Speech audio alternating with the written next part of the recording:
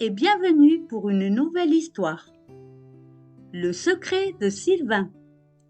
Dans un petit village niché au cœur d'une forêt magique, entouré de douces collines verdoyantes et traversé par une rivière aux eaux cristallines, vivaient trois amis inséparables, Loba, Michel et Olivia.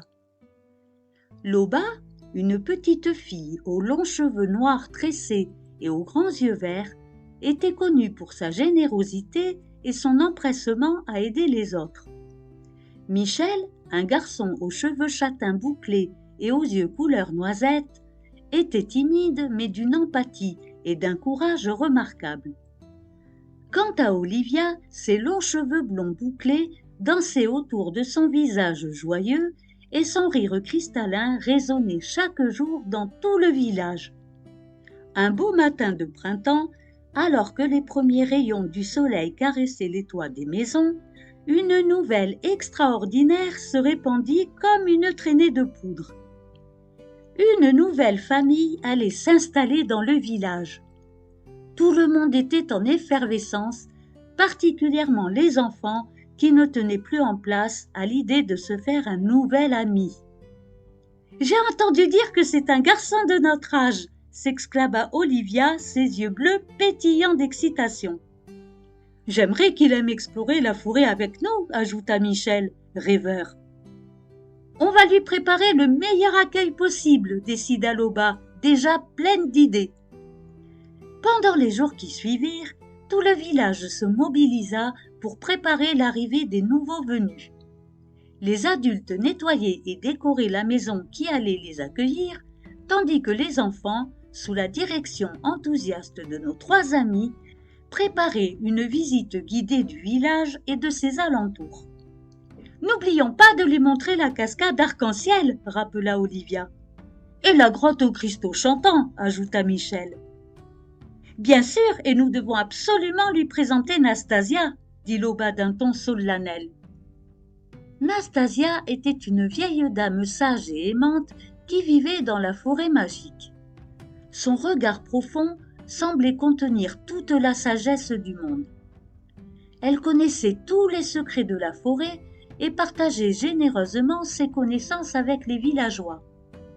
Sans elle, le village ne serait pas ce havre de paix et de bonheur que tous chérissaient. Enfin, le grand jour arriva. Dès l'aube, une douce musique s'éleva dans l'air, jouée par les musiciens du village. Des guirlandes de fleurs fraîches ornaient les rues et une délicieuse odeur de pain frais et de gâteaux tout juste sortis du four flottait dans l'air. Lorsque la charrette transportant la nouvelle famille apparut au bout du chemin, tout le village retint son souffle. Une femme aux traits doux descendit la première, suivie d'un petit garçon aux cheveux blonds et lisses. C'était Sylvain. Le maire s'avança pour les accueillir chaleureusement. « Bienvenue dans notre humble village. Nous sommes ravis de vous accueillir parmi nous. » La mère de Sylvain, visiblement émue, remercia tout le monde pour cet accueil chaleureux. Mais Sylvain, lui, restait en retrait, les yeux baissés. Loba, Michel et Olivia s'approchèrent doucement. « Salut Sylvain » dit joyeusement Olivia. « On est super content que tu sois là. »« On a préparé plein de choses pour toi » ajouta Michel avec un sourire timide. « Tu veux qu'on te fasse visiter » proposa Loba, tendant une main amicale.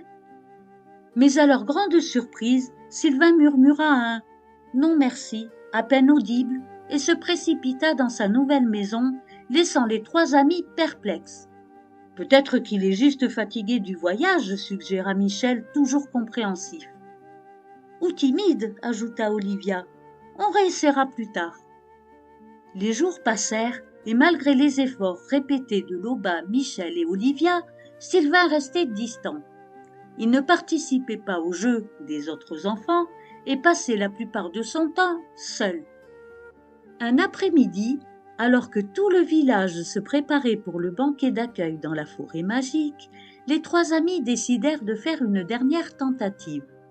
Ils frappèrent à la porte de Sylvain. « Sylvain, Tu veux venir avec nous au banquet ? Demanda doucement Loba. Il y aura plein de bonnes choses à manger et à boire.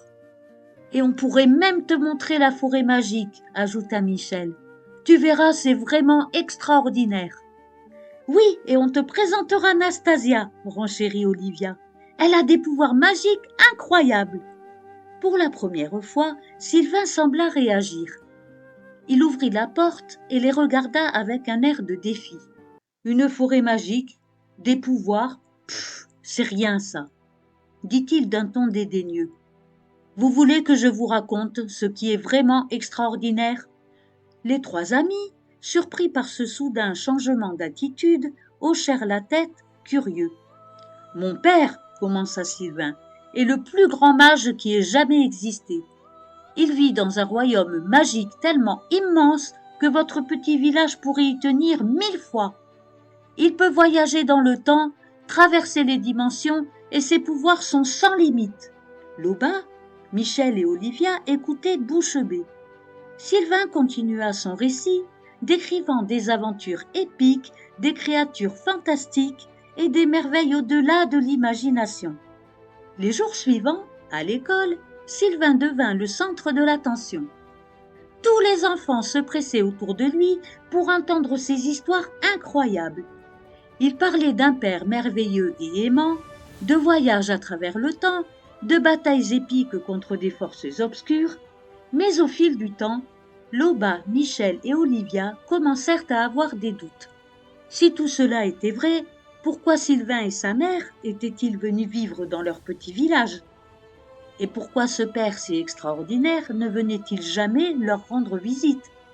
Un soir, ils décidèrent d'aller voir Nastasia pour lui faire part de leurs soupçons. La vieille dame les écouta attentivement, ses yeux brillants de compréhension. « Mes chers enfants, dit-elle doucement, parfois les gens racontent des histoires non pas pour tromper, mais pour se protéger ou se sentir mieux. »« Mais que pouvons-nous faire ?» demanda Loba préoccupée. Nastasia sourit mystérieusement. « Pourquoi ne pas inviter Sylvain à se promener près de la fontaine du village à la lisière de la forêt ?» Les enfants se regardèrent intrigués. Ils connaissaient bien cette fontaine avec son eau claire qui chantait doucement. « Faites-lui confiance, ajouta Anastasia avec un clin d'œil. La fontaine a le pouvoir de faire jaillir la vérité du cœur de ceux qui s'en approchent. » Le lendemain, les trois amis invitèrent Sylvain à une promenade. Curieux, il accepta pour la première fois. Lorsqu'ils arrivèrent près de la fontaine, ils s'assirent sur le rebord de pierre. « Alors, Sylvain, commence doucement Loba, tu peux nous parler encore de ton père ?» Sylvain ouvrit la bouche, prêt à se lancer dans un nouveau récit fantastique, mais soudain, ses yeux s'emplirent de larmes. Les mots qui sortirent de sa bouche n'étaient pas ceux qu'il avait prévus. « Mon père nous a abandonnés, » murmura-t-il, la voix tremblante. « Un matin, il est parti sans rien dire.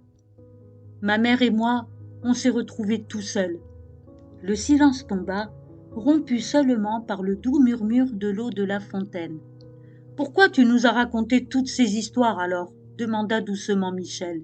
Sylvain baissa les yeux, honteux. « Je pensais que si mon propre père ne m'avait pas trouvé assez intéressant pour rester, personne d'autre ne le ferait. Je voulais que vous m'aimiez, que vous pensiez que j'étais quelqu'un de spécial. » Olivia posa une main réconfortante sur l'épaule de Sylvain. « Mais tu es spécial, Sylvain. Tu n'as pas besoin d'inventer des histoires pour ça. »« C'est vrai, acquiesça Loba. On a tous quelque chose d'unique en nous. Et puis tu sais, tes dessins sont vraiment beaux. Et la façon dont tu joues de la harpe est incroyable. » Sylvain les regarda surpris. « Vous avez remarqué ça ?» Michel sourit. « Bien sûr, et ton sens de l'humour aussi. Tu nous as fait tellement rire l'autre jour avec ton imitation du vieux monsieur Grognon. » Pour la première fois depuis son arrivée au village, un vrai sourire illumina le visage de Sylvain. « Venez, dit Loba en se levant, on devrait aller voir Nastasia, elle saura quoi faire. » Ils trouvèrent la vieille dame dans son jardin, en train de cueillir des herbes aromatiques. Elle les accueillit avec un sourire bienveillant. Ah, mes chers enfants, dit-elle en voyant leur visage sérieux, il semble que vous ayez fait une découverte importante aujourd'hui. Sylvain, encouragé par ses nouveaux amis, raconta toute l'histoire à Nastasia. La vieille dame l'écouta attentivement, ses yeux remplis de compassion. « Sylvain, dit-elle doucement quand il eut fini, tu n'as pas besoin d'une vie extraordinaire pour être aimé et apprécié. Chacun de nous a des dons uniques à offrir au monde. Tes dessins, ta musique, ton humour, ce sont des cadeaux précieux que tu peux partager avec les autres. » Elle se tourna vers Loba, Michel et Olivia. « Et vous, mes chers, vous avez montré une grande sagesse en cherchant à comprendre plutôt qu'à juger. L'amitié et la compassion sont des magies puissantes. » Le lendemain, à l'école, Sylvain rassembla tout son courage. Devant tous ses camarades qui attendaient avec impatience une nouvelle histoire fantastique, il avoua la vérité. « Je vous ai menti, dit-il, la voix tremblante. Toutes ces histoires sur mon père et le royaume magique, ce n'était pas vrai. J'avais peur que vous ne m'aimiez pas si vous connaissiez la vérité. » Un silence stupéfait accueillit ces paroles. Puis, à la surprise de Sylvain, une petite fille s'avança et le serra dans ses bras. « Ce n'est pas grave, dit-elle.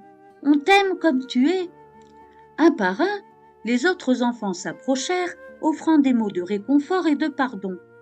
Sylvain sentit son cœur se gonfler de gratitude et de soulagement. Les jours suivants, le village tout entier se mobilisa pour montrer à Sylvain à quel point il était apprécié, même sans ses histoires extraordinaires. Les enfants l'invitèrent à jouer chez eux, les adultes admirèrent ses dessins et on lui demanda même de jouer de la harpe lors de la prochaine fête du village. Pour célébrer ce nouveau départ, les villageois organisèrent un grand banquet dans la forêt magique. Cette fois, Sylvain y participa avec joie, riant et jouant avec ses nouveaux amis. Alors que le soleil se couchait, teintant le ciel de rose et d'or, Nastasia rassembla tous les enfants pour la méditation du soir.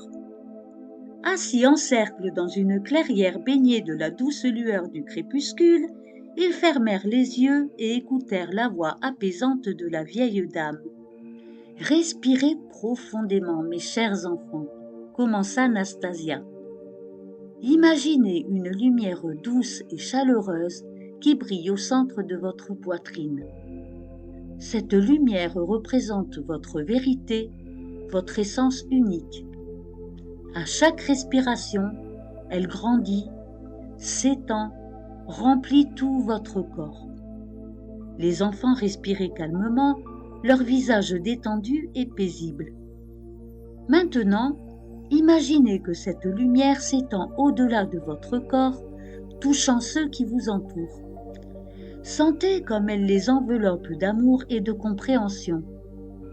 Rappelez-vous, nous sommes tous uniques et précieux, exactement tels que nous sommes. Nous n'avons pas besoin de prétendre être quelqu'un d'autre pour être aimés. Sylvain sentit une larme couler sur sa joue, mais pour la première fois depuis longtemps, c'était une larme de joie et de gratitude. Quand vous vous sentirez prêt, ouvrez doucement les yeux et ramenez avec vous cette lumière de vérité et d'amour dans votre quotidien.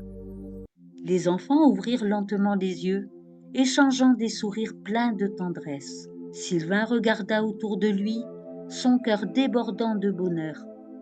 Il avait enfin trouvé sa vraie place, entouré d'amis qui l'aimaient pour ce qu'il était vraiment, et il se promit de toujours rester fidèle à lui-même, car la plus belle magie était celle de l'authenticité et de l'amitié véritable. Merci pour ton écoute. Je te souhaite une très douce nuit et à très bientôt pour une nouvelle histoire.